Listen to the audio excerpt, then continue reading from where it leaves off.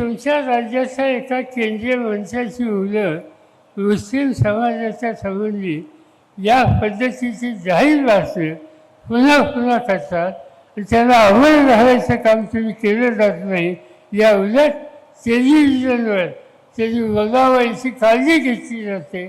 त्याचा अर्थ स्वच्छ आहे की सत्ता ही डोक्यामध्ये गेलेली आहे आणि ज्यावेळेस सत्ता डोक्यात जाते लोक कधीच एक होतात आणि त्यांना त्यांची सत्ताची जागा ही दाखवण्याचं राहणार नाही.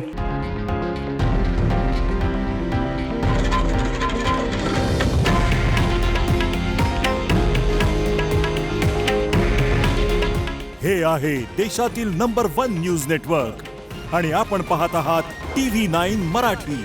काळजी तुमची, हित महाराष्ट्राचं.